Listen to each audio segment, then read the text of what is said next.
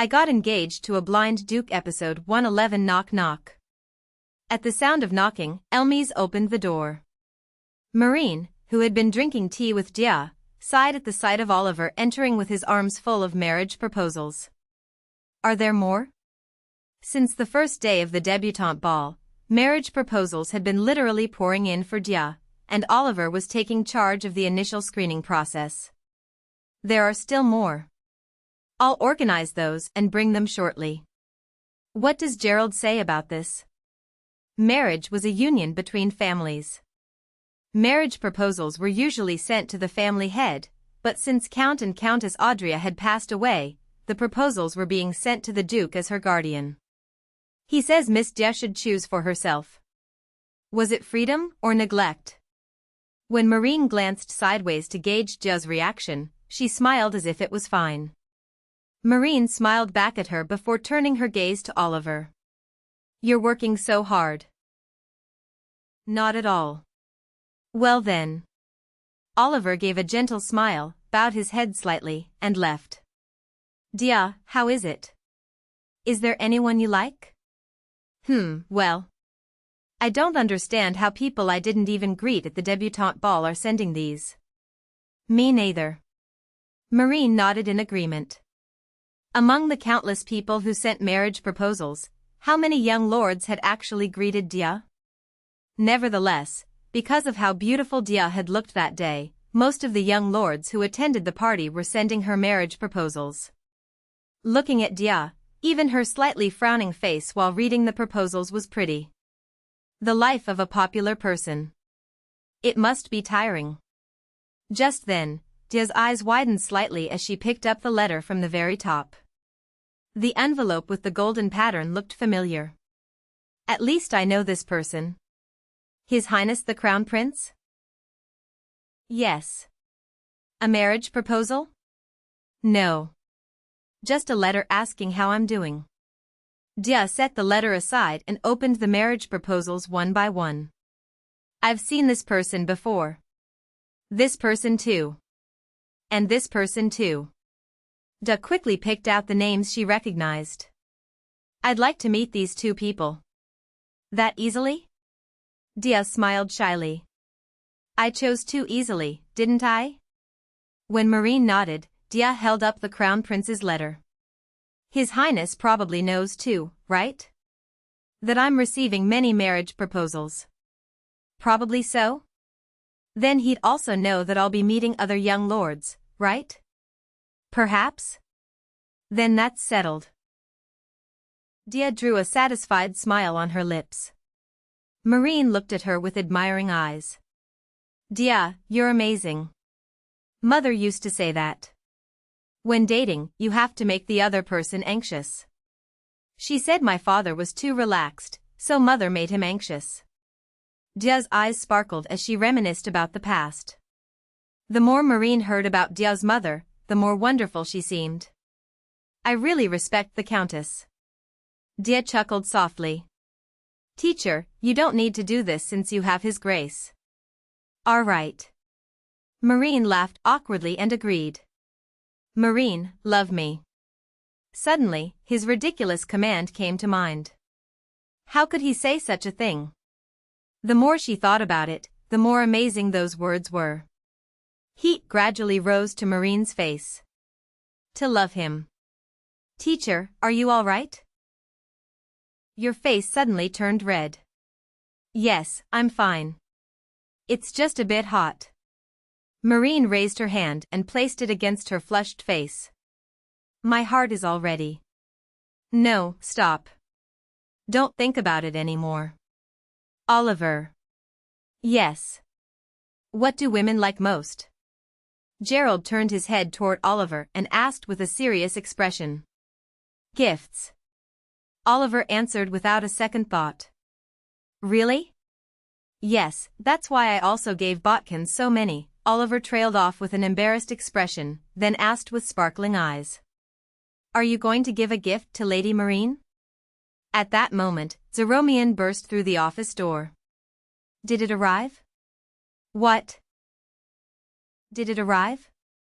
Do you know how much trouble I went through dragging that thing here? You seemed to enjoy it though. At Gerald's words, Zeromian grimaced. Yes, he had been intrigued by that crazy proposal. Anyway, the heart of an alchemist. Where's the gift? In the warehouse. You worked so hard. You're truly amazing. Oliver looked at Zeromian with respectful eyes. Good work. Even Gerald couldn't help but acknowledge it this time. Zeromian's frowning face softened slightly at their sincere greetings, and his shoulders lifted. Anything else? I was wondering when you'd ask that. Zeromian placed a square red velvet box on the desk. You worked hard on this too. Shiren worked hard. Zeromian gave credit to Shiren. Oliver. Yes. I'll arrange the reward. I'm going upstairs to rest now. Zeromian turned around with a tired expression. His long silver hair swayed behind his back. Wait a moment. Gerald suddenly stood up from his seat. Zeromian looked at him with a puzzled expression, and Gerald gestured to Oliver with his chin. Following his instruction, Oliver quickly opened the office door and stepped aside. Zeromian looked at the door with an annoyed expression. If you're keeping me here for something useless, I'll flip that desk over. Just then, the Northern Duke entered with a smile. It's been a while since I've seen you, son. You bastard. Zeromian glared at Gerald as if looking at a traitor. I didn't know you were coming. Then why are you standing up? I heard footsteps. Annoying brat. Zeromian looked at Gerald with disgusted eyes before turning his head toward his father, whom he hadn't seen in a long time. Have you been well? I couldn't be well because I missed my pretty son. Father, please don't speak like that when I'm right in front of you. Zeromian looked at the Northern Duke with a horrified expression. What on earth is our pretty son so dissatisfied about? When are you coming home? When the Western region becomes boring. The Northern region has plenty of demon beasts too. The Northern region only has demon beasts, doesn't it? Then what's so interesting about the Western region? For a moment, Marin's face flashed through Zeromian's mind, but it quickly disappeared. As Zeromian stood with his mouth tightly shut, the Northern Duke turned his gaze to Gerald. Western Duke. Yes. Please give me back my pretty son. I'm not holding him captive. Please take him any time. Gerald answered in a flat voice. Really? Then let's go. Sigh, how long are you going to treat me like a child? Zeromian spat out in a rough voice as if trying to suppress his anger. At this, the Northern Duke's face, which had been wearing a benevolent smile toward his son, hardened. You want to be recognized as an adult? Then instead of running away from home and acting selfishly, show proper behavior in front of your parents. Even if you say that, I'm not going. When his son wouldn't budge, the Northern Duke turned to Gerald with a sullen face and complained. Western Duke, please try to persuade my son. I've become so skinny because I can't see my pretty son. Zeromian carefully examined his father, whom he hadn't seen in a long time. As he said, he had lost a lot of weight compared to before. Even though he wanted to pretend not to notice, it caught his eye. Father. Stop picking on that guy and talk with me instead. At Zeromian's words, the Northern Duke's wrinkled face brightened completely. You'll have a conversation with me? Yes, let's go. All right. Let's go, let's go. Zeromian was the Northern Duke's only son, born in his old age. He had been so precious that he was spoiled, but then rebelled, saying to stop treating him like a child, and left home. That son had offered to have a conversation first after such a long time. Today should be designated as a Northern Region holiday. Oliver. Where's Marin? She should be in her room. Gerald picked up the square red velvet box that Zeromian had given him and left the office. After going up to the third floor, he stood in front of the door connecting to his room and knocked on the door.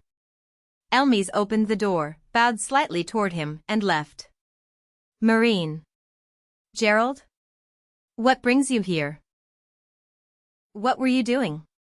Gerald instinctively listened carefully to her. I was reading a book that I planned to read to you today. A fairy tale book? Yes.